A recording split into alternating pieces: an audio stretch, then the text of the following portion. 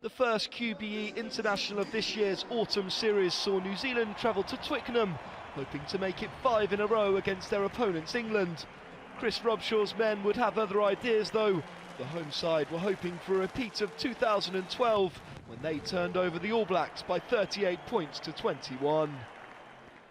And it was England who started the brightest, getting on the front foot from the start and would soon find some space out wide. Johnny May, sometimes criticised for not running straight enough, showing just how much damage he can cause when he does.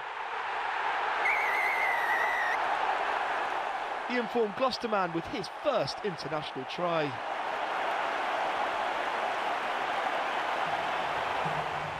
Owen Farrell missed the conversion, and one thing England have learnt in the past is that when you're on top against the All Blacks, you have to take your chances. And when Mike Brown put down Kyle Eastman's pass 5 metres out, they knew they'd missed a golden opportunity. And as their opponents began to grow into the game, they were made to pay for that missed chance.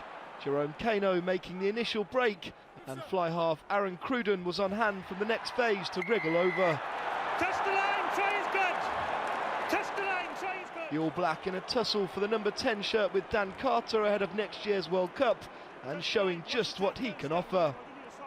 Like Farrell, he also failed to convert though, and the scores were level until Farrell put England back in front with a simple 3 points on 17 minutes.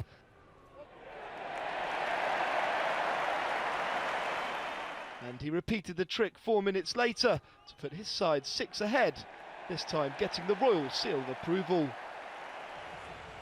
Cruden was gifted the opportunity to cut that gap down to 3 when England hooker Dylan Hartley was penalised for a late hit on the fly half. And he would make no mistake.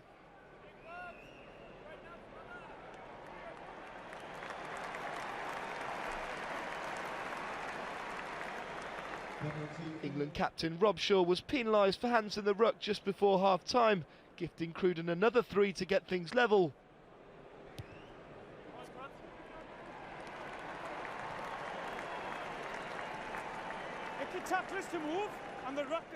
And in almost a mirror image at the other end, it was the New Zealand captain and number 7 Richie McCaw who was penalised this time for the same offence. Farrell doing the honours for the hosts and giving them a 14-11 lead at half-time.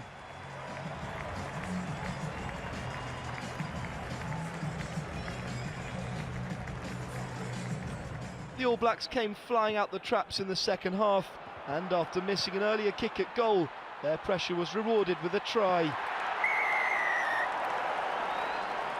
McCaw touching down out wide after a less than generous pass from fullback Israel Bagg.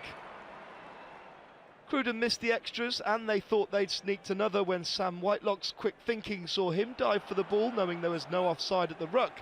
The ball was on the try line. Much to his dismay though, the second row was penalised for knocking the ball on. The Kiwis were down to 14 not long after when hooker Dan Coles was sent to the bin for kicking out after his opposite number Hartley had pulled at his shirt. England couldn't take advantage though, and it would in fact be the All Blacks who would win the sin bin period. Substitute Bowden Barrett with the easy 3-pointer 10 minutes later. With the All Blacks really turning the screw now, it was only a matter of time before they got the killer blow. And it came with less than 10 minutes remaining. Charlie Fauamaina picking and going from the ruck to power over and put England 2 scores away from victory.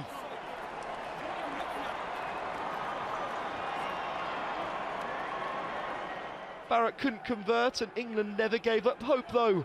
Their scrum, like their lineouts, have been impressive throughout. None more so in the final minute when referee Nigel Owens was forced to give a penalty try with New Zealand right on their own line. A quick drop goal conversion from George Ford meant there was still time for kickoff and perhaps one final push from the home side.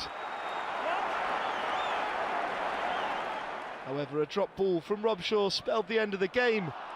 5 losses in a row now for England against New Zealand, the away side retaining the Hillary Shield. But for Stuart Lancaster's men, they'll no doubt be looking towards next week's test against South Africa and will be determined to get back to winning ways.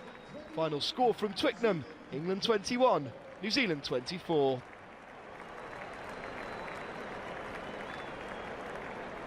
Today's